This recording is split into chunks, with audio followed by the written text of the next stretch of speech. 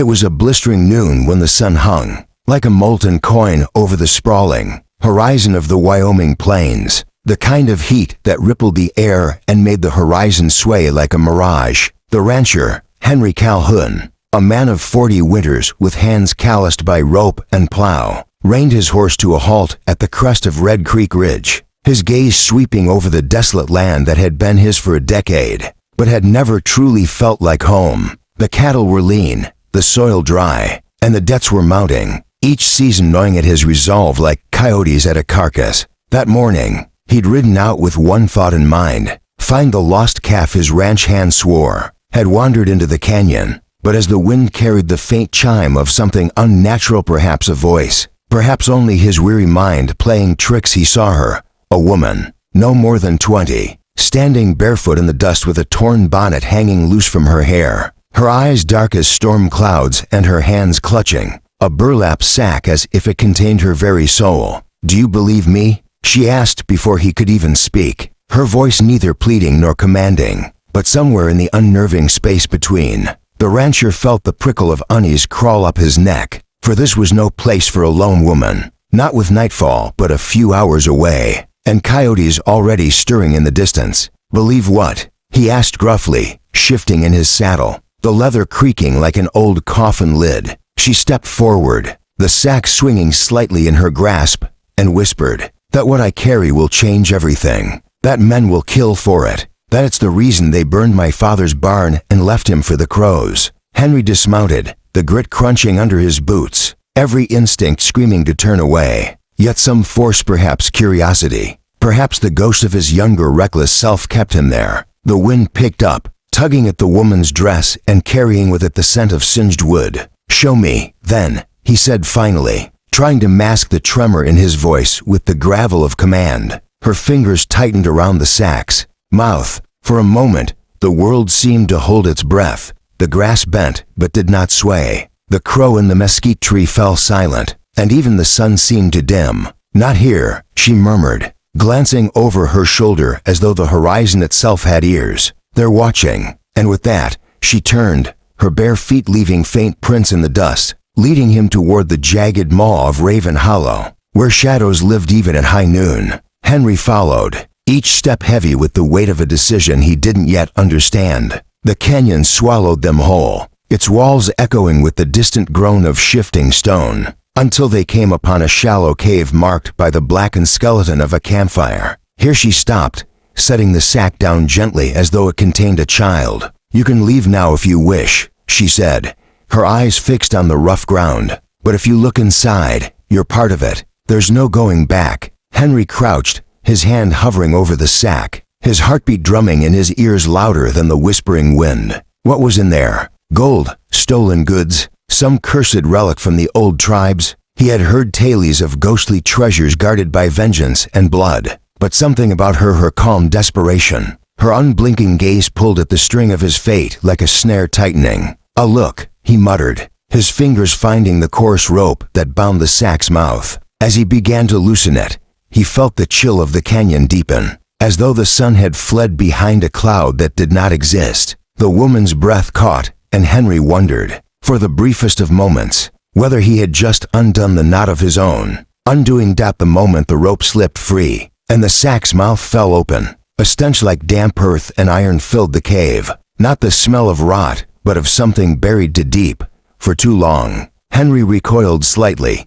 his gloved hand instinctively covering his nose. Yet his eyes did not leave the sack as the burlap folded away to reveal its burden. At first, he thought it was some kind of pelt course, hair matted with dust, but then he saw the curve of a cheek, pale as moonlit bone, and a lock of hair the color of tarnished copper.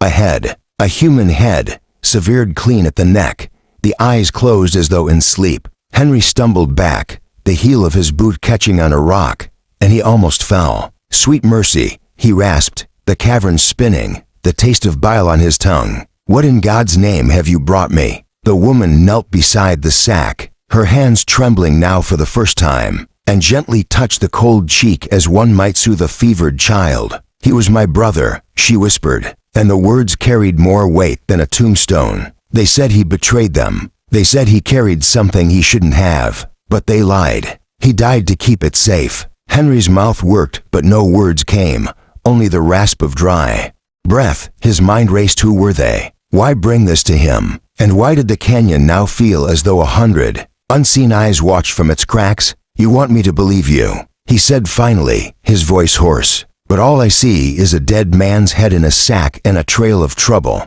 leading straight to my ranch. The woman's eyes snapped to his, fierce now, burning with a will that cut through the dust and dread like a blade. Believe me because I have no one else, she said. Because they will come for this. And when they do, they will come for you too. Whether you help me or not, at least if you stand with me, you will stand knowing the truth. Henry wiped the sweat from his brow, his fingers brushing the scar that ran from his temple to his jaw, relic of a war that had taught him nothing comes free, and everything has a cost. He looked again at the sack, at the pale face that now seemed almost peaceful, and felt a strange pull in his chest. Not pity, not yet, but a spark of something dangerously close. What's in it for me? He asked, because a rancher with debts cannot afford to deal in ghosts and vengeance alone. The woman reached into the sack again, past the cold relic of her kin, and drew out a small wooden box, no larger than a Bible, its surface etched with markings he did not recognize, foreign, ancient, maybe even forbidden.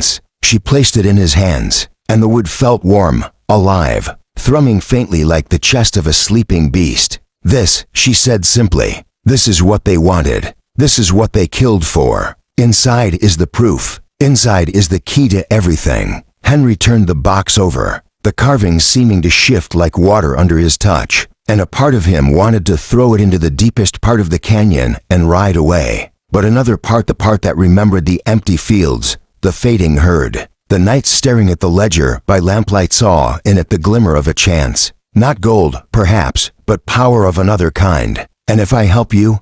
He asked. The woman rose, dust swirling around her like a veil, and for a moment her silhouette seemed taller, older, as though the canyon's shadows lent her their weight. Then you will live to see a world remade, or you will die knowing you chose the right side. The wind howled through Raven Hollow, and Henry knew the choice had already been made the moment he pulled back the sack. He slung it over his shoulder, the weight of it dragging at his soul, and mounted his horse. We ride at dawn, he said, not looking back. The woman nodded, her eyes softening just enough to let a flicker of gratitude shine through. As they rode out of the canyon, the first stars winked awake in the bleeding sky, and far behind them, in the darkness they left behind, something moved, something that had been waiting for that sack to open. If you've made it this far, dear reader, the story has only just begun. What lay in that box would change the West forever, and the blood that followed would stain the very earth red. So don't miss what happens next. Subscribe now.